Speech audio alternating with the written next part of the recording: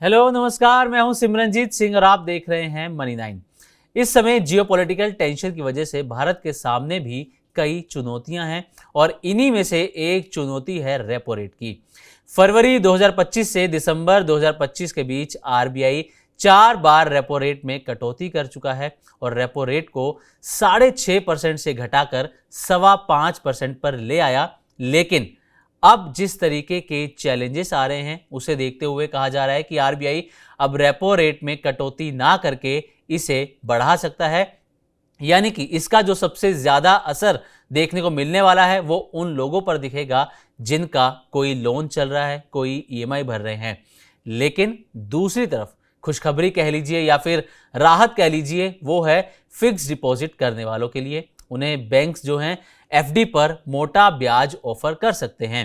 तो चलिए इस पूरे मामले को समझने की कोशिश करते हैं कि कैसे ईएमआई वालों को झटका लगने वाला है, लेकिन एफडी वालों की हो सकता है कि आरबीआई मौज करवा दे, उन्हें थोड़ा ज्यादा ब्याज ऑफर हो जाए। इस पर बातचीत करने के लिए मेरे साथ है मनी 9 की एडिटर प्रियंका संभव मैम।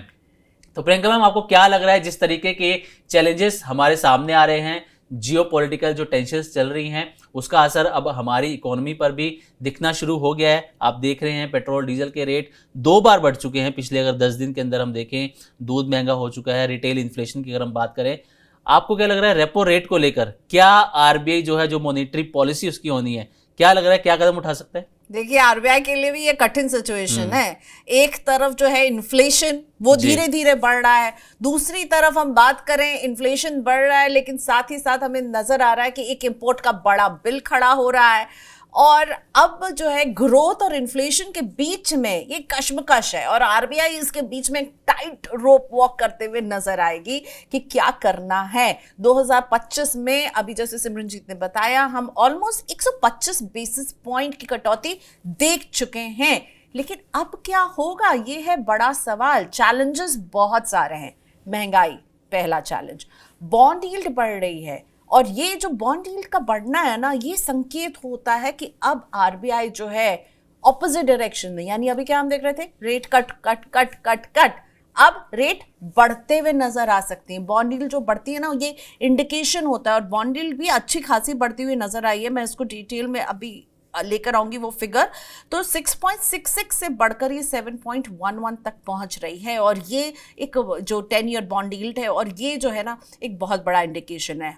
महंगाई हम सबके सामने है आंकड़ा। देखिए, अप्रैल में भी हमने देखा रिटेल इन्फ्लेशन जो है वो बढ़ते हुए नजर आया है। साथ ही में अगर हम बात करें कि अब बैंक्स ने कहा, आरबीआई ने कहा कि भाई वो कंफर्टेबल है जब तक कि 6% को क्रॉस नहीं करती, 2 से 6% का बैंड। अभी हम फिर भी 4.9% के आसपास की महंगाई दर को देख रहे हैं।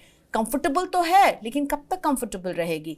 ऑयल इतना महंगा है और हम ऑलमोस्ट 90% ऑयल जो है वो इंपोर्ट करते हैं।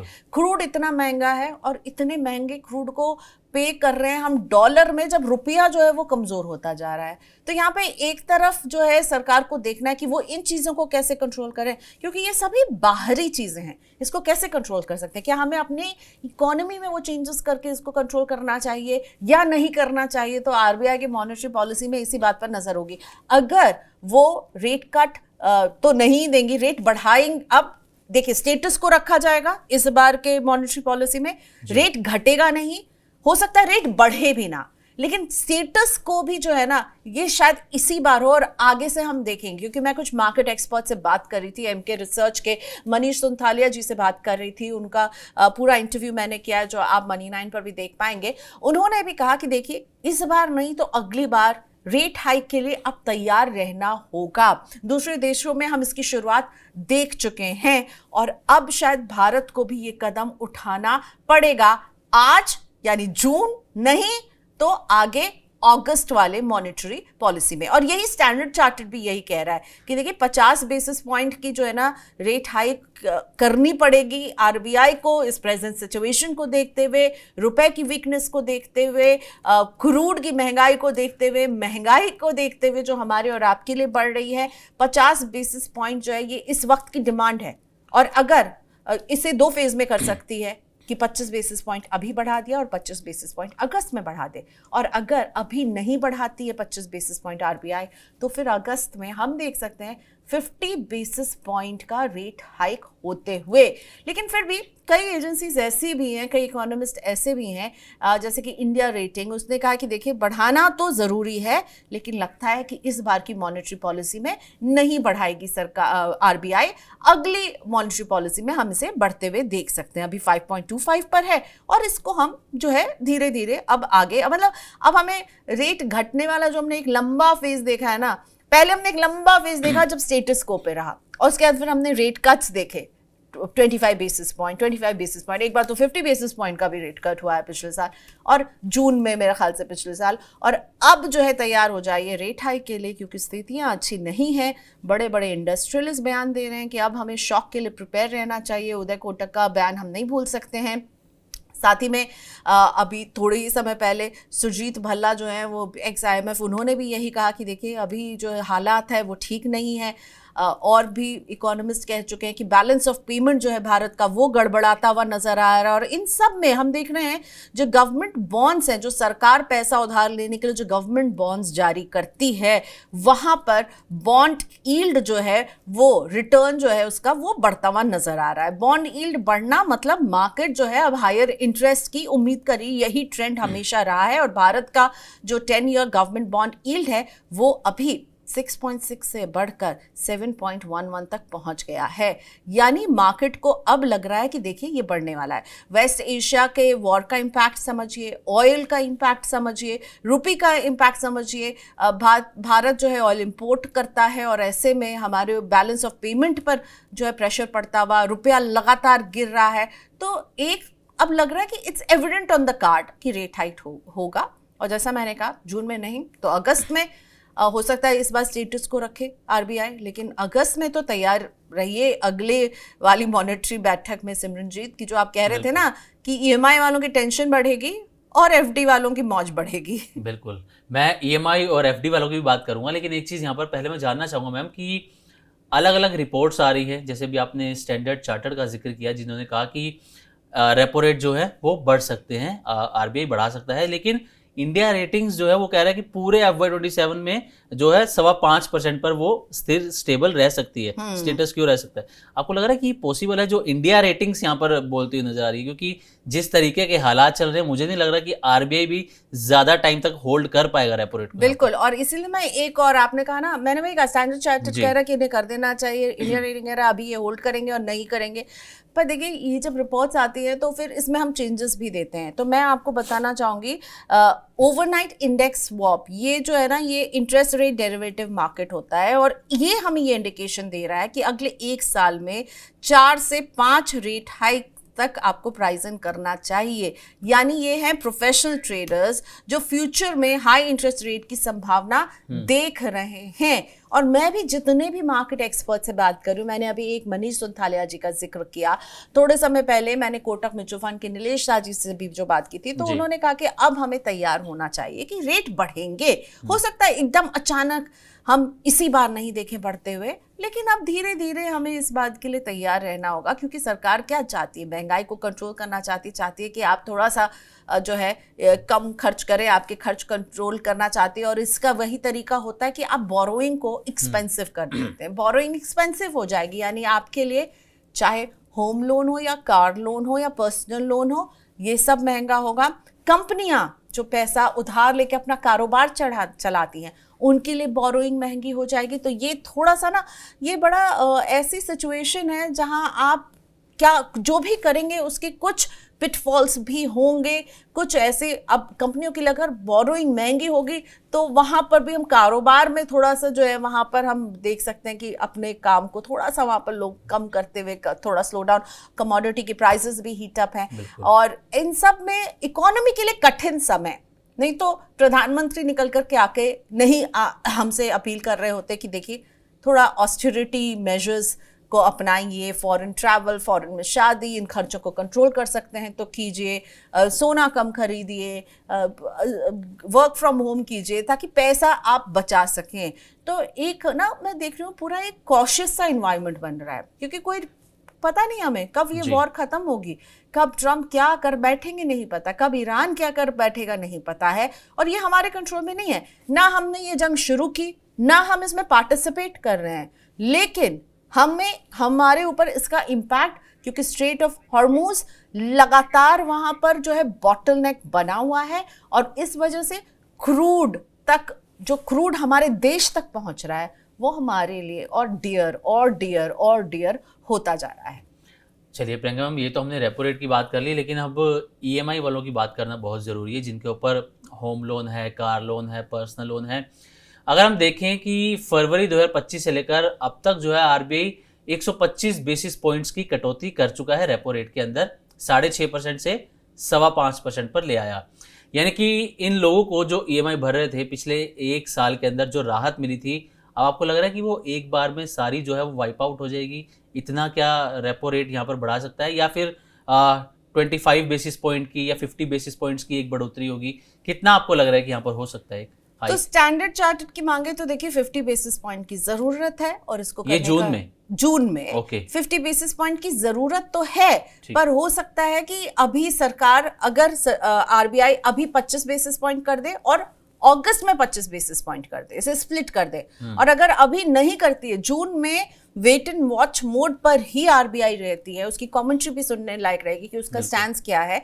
तो अगर अभी वेट एंड वॉच को ही जो है अध्ययन करती है आरबीआई और चेंजेस नहीं करेगी, तो फिर अगस्त में तैयार रहिए 50 बेसिस पॉइंट की रेट बढ़ोतरी के लिए। ये स्टैंडर्ड चार्टर्ड का अनुमान निकल कर आ रहा है। मैं तो इकोनॉमिस्ट नहीं हूँ, मैं इनके ही बिना पर कहना चाहूंगी कि स्टैंडर्ड चार्टर्ड ही अभी सामने आके क्लियरली एक जो नंबर हमें दे रहा है, और वो नंबर है कि देखिए 50 बेसिस पॉइंट की जरूरत है। तरीका ये हो सकता है कि आप जून वाले मॉनेटरी पॉलिसी, जून के पहले हफ्ते में है, उसमें आप कीजिए 25 बेसिस पॉइंट, अगस्त में कीजिए 25 बेसिस पॉइंट, लेकिन अगर जून में स्टेटस को रह जाता है तो अगस्त में तैयार रहिए 50 बेसिस पॉइंट से जो है रेट को बढ़ते हुए देखने के लिए। बिल्कुल, मुझे तो लग रहा है जिस तरीके की मैम ये रिपोर्ट्स आ रही हैं और जिस तरीके की सिचुएशंस चल रही हैं, तो रेपो रेट जल्द ही देखने को मिल सकता है, और जो लोग ईएमआई भर रहे हैं उन्हें एक झटका जो है यहाँ पर लगता हुआ नजर आ सकता है।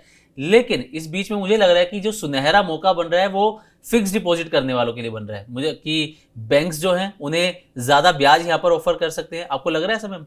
बिल्कुल, बैंक्स के लिए, बैंक्स में एफडी करने वालों के लिए ये अच्छी खबर साबित हो सकती है। अगर रेट्स बढ़ते हैं तो उनकी एफडीज पर भी रेट बढ़ेंगे। बैंकों को भी डिपॉजिट की कमी रहती है, और डिपॉजिट ज़्यादा अट्रैक्ट करने के लिए एफडी पे रेट्स को हम बढ़ते हुए आने वाले समय में देख सकते हैं। ये एक पॉजिटिव इम्पैक्ट सिर्फ और सिर्फ इतना है।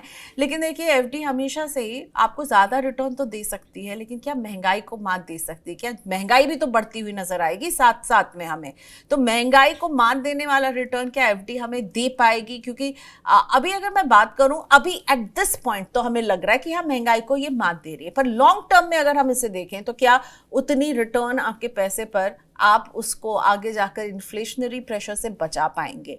तो ये भी एक बड़ा सवाल है। अभी कुछ स्मॉल फाइनेंस बैंक में तो 8% तक का इंटरेस्ट रेट मिल रहा है। कुछ नॉन बैंकिंग फाइनेंशियल कंपनीज जो है, वो भी आपको, जो हाउसिंग वगैरह से जुड़ी हुई जो कंपनी है, वो भी आपको दे रही हैं कुछ 7.5 से लेकर के 8 तक, कुछ शायद कुछ लोगों को ज़्यादा भी मिल रहा है। मेरा मतलब है सीनियर सिटीजन्स को। लेकिन जो रेगुलर बैंक्स हैं, अभी उनमें हाईएस्ट रेट जो है 7.5 के आसपास का बना हुआ है, ठीक है। और अगर हम देखते हैं कि आरबीआई ये कदम उठाती है कि रेपो रेट को बढ़ाती है, तो इन एफडीज पर हम ब्याज को ऊपर जाते हुए देखेंगे। लेकिन याद रहे, जब एफडी पर ये ब्याज बढ़ रहा होगा, साथ ही में हम एक और फ्रंट पर महंगाई से भी लड़ रहे होंगे, महंगाई भी बढ़ रही होगी, तो इसको भी नहीं भूलिएगा। सुनने में अच्छा लगता है ज्यादा ब्याज मिलेगा, लेकिन महंगाई से लड़ने लायक ब्याज हो पाएगा एफडी में? मार्केट की वॉलेटिलिटी से हो सकता है आपको यहाँ पर थोड़ी सी राहत मिले कि मार्केट वॉलेटाइल होता है तो लोगों को रिटर्न अपना पोर्टफोलियो जब रेड में नजर आता है तो उन्हें लगता है कि भाई एफडी ही सुरक्षित है, कांस्टेंट रिटर्न मिल जाता है कि इतना मिल जाएगा। और अभी तो स्पेशली जब हम बात करें सितंबर 24 से लेकर के अभी तक मार्केट का रिकॉर्ड सिंगल डिजिट रिटर्न दिया है, और ऐसे में कई लोग सवाल उठाते हैं कि भाई उसमें एफडी में क्या बुराई है, फिर एफडी ही कर लेते हैं। तो इसीलिए अभी एफडी का बाजार जो है वो गर्म है, और अगर रेट हाइक होता है तो एफडी वाले जो हैं उनके लिए अच्छी खबर होगी। पर हाँ, अगर आप लोन कि ईएमआई पे करते हैं या नया लोन लेने की सोच रहे हैं, आप कार लोन है आपके पास, आपके क्रेडिट कार्ड का इंटरेस्ट, आपके पर्सनल लोन का इंटरेस्ट और कंपनियों के लिए बोरोइंग, ये सब महंगी हो जाएगी। मतलब एक तरफ जो है बैंक्स आपको एफडी पर ज्यादा ब्याज तो ऑफर करेंगे, लेकिन आपको जो अगर लोन चाहिए होगा वो भी हायर रेट पे मिलेगा। तो एक हाथ से आप बैंक से ले रहे हैं तो एक हाथ से आप उन्हें वापस चुका भी रहे होंगे, इस तरीके की सिचुएशन बन जाएगी। वैसे आरबीआई के जो आंकड़े आए थे वो ये कह रहे हैं कि जिस तरीके से सितंबर 2024 के बाद मार्केट की जो हालत है, लोग एक बार फिर से एक स्टेबल रिटर्न के लिए एफडी की तरफ लौटते हुए नजर आए हैं। अब क्योंकि बैंकों के पास डिपॉजिट की कमी हो रही थी, इसलिए मार्च और अप्रैल के अगर नंबर देखें तो बैंकों ने एफडी पर जो है इंटरेस्ट थोड़ा सा यहाँ पर बढ़ाया भी है। तो मैम आपको लग रहा है कि ये मार्केट की कंडीशंस के हिसाब से जो है एफडी एक बार फिर से अट्रैक्टिव प्रोडक्ट दोबारा से बन रही है? हाँ बिल्कुल, देखिए कभी भी हमें एफडी को वैसे भी डिच नहीं करना चाहिए। हमेशा आपकी जो स्ट्रैटेजी होनी चाहिए उसमें एफडी जैसा निवेश, जैसे हम डेट में निवेश कहते हैं, जहां आपको फिक्स्ड रिटर्न मिलता है, वो भी आपके पोर्टफोलियो का हिस्सा होना ही चाहिए। एक छोटा हिस्सा आपको उस तरफ डेडिकेट करना ही चाहिए। पर अगर आप कंजर्वेटिव इन्वेस्टर हैं, आप ज़्यादा मार्केट के उतार चढ़ाव को नहीं डाइजेस्ट कर सकते हैं, आपको वैसा ही रिटर्न अच्छा लगता है कि भाई मुझे पता है मुझे इतने साल में इतना रिटर्न मिलेगा, तो एफडी एक अच्छा ऑप्शन है। और अभी एफडी और अट्रैक्टिव होने वाले हैं, तो आप तैयार हो जाइए एफडी में और बेटर रिटर्न पाने के लिए। और इसमें सिमरजीत, अगर आपको पता है कि आने वाले समय में फिक्स डिपॉजिट में इंटरेस्ट बढ़ सकता है, तो आप क्या करेंगे? अभी करेंगे एफडी या फिर वेट करेंगे इंटरेस्ट के बढ़ने का? मुझे लग रहा है कि फिर थोड़ा सा वेट कर लेना चाहिए अगर इंटरेस्ट बढ़ जाए तो, क्योंकि सिचुएशन तो बनी रही है इंटरेस्ट यहाँ पर रेपो रेट बढ़ने की, तो मुझे लग रहा है कि एफडी पर इंटरेस्ट भी बढ़ सकता है, तो थोड़ा सा इंतजार करना चाहिए। या आपको क्या लगता है कि अभी कर देना चाहिए? क्या स्ट्रेटेजी फॉलो करें? इसीलिए मैं ये सवाल पूछ रही थी कि मुझे पता है कि आपको भी लग रहा होगा और भी कई इन्वेस्टर्स को लग रहा है अभी वेट कर लेते हैं, जब बढ़ेंगे तब करेंगे। देखिए, ये वेट कर लेते हैं जब बढ़ेंगे तब, अब क्या पता क्या होगा आगे जा करके, ठीक है? तो अगर आपके पास पैसा है और आपको इन्वेस्ट करना है तो इस इंतजार में मत बैठे रहिए कि जब आरबीआई रेपो रेट बढ़ाएगा तब बैंक जाकर एफडी पर रेट बढ़ाएंगे, तब जाकर आप इन्वेस्ट करेंगे। अभी एफडी करने का सबसे अच्छा तरीका, अभी भी कोई रेट्स बुरे नहीं है, सबसे अच्छा तरीका है कि आप इसी रेट को लॉक इन कीजिए, यानी एफडी शुरू कीजिए, शॉर्ट टर्म की एफडी में अपने पैसे को डाल दीजिए, ताकि क्योंकि इमीडिएटली रातों रात आरबीआई के रेट हाइक करते ही आपके एफडी के रेट जो है वो बढ़ेंगे नहीं। तो अभी आप शॉर्ट टेन्योर की एफडीज में पैसा पार्क कीजिए और हाई इंटरेस्ट उठाइए, और जैसे ही रेट बढ़ेंगे उसके बाद अपनी स्ट्रैटेजी बदलिएगा। अभी पैसा रख के वेट करने में कोई समझदारी नहीं है कि पैसा है पर सोच रहे हैं। अब मैं भी कह रही हूँ जून में हो सकता है स्टेटस को आरबीआई बरकरार रखे, तब हम कोई असर नहीं देखेंगे। हो सकता है अगस्त में हो, तो फिर आप जून की गाड़ी मिस हो गई, अब आप कहेंगे अब क्या अगस्त, ठीक है चलो 2 महीने और, कम से कम उसमें रिटर्न तो आता रहेगा ना। इसलिए शॉर्ट टेन्योर की एफडी तो कर ही दीजिए जो अभी मौजूदा रेट है, और आधा पैसा डालिए, कुछ पैसा रख लीजिए, 50% तो डाल ही दीजिए अगर बड़ी रकम है तो। और फिर जब जैसे ही रेट बढ़ते हुए आएंगे और आप तब अपनी स्ट्रैटेजी को रीथिंक कीजिएगा, और उसको फिर आप जो पैसे बचे हैं बैलेंस रखा आपने, कुछ मान लीजिए स्प्लिट करके डाला है कि कुछ डाल दिया कुछ अपने पास रख लिया, तो शॉर्ट टेन्योर की एफडी भी कर लेनी चाहिए, इंतजार मत कीजिएगा। चलिए, तो प्रियंका मैम, ये डिस्कशन के बाद 3 चीज़ें जो मेरे को लग रहा है निकल के आई हैं। पहला तो ये जो रिपोर्ट्स आ रही हैं कि रेपो रेट बढ़ सकती हैं, ये तो है ही। 50-50 चांसेस जो अलग अलग रिपोर्ट्स आ रही हैं, मिक्स्ड रिपोर्ट्स हैं ये। दूसरा है कि अगर बढ़ जाएगा तो ईएमआई वालों को, लोन वालों को जो है वो झटका लगने वाला है। और तीसरा जो पॉजिटिव साइड अगर हम इसकी देखें तो वो ये कि एफडी वालों के लिए सुनहरा मौका ये हो सकता है। लेकिन ओवरऑल यही है कि अभी तक हम बात कर रहे थे कि पेट्रोल और डीजल की महंगाई, दूध की महंगाई, अब जो है आपका लोन भी महंगा होने वाला है। यानी वो जो महंगाई जो है वो हमारे घर में बहुत सारे एंट्री पॉइंट से घुसने वाली है। बिल्कुल। चलिए, आज की वीडियो को यहीं विराम देते हैं। तो आज की इस डिस्कशन में बस इतना ही। नमस्कार।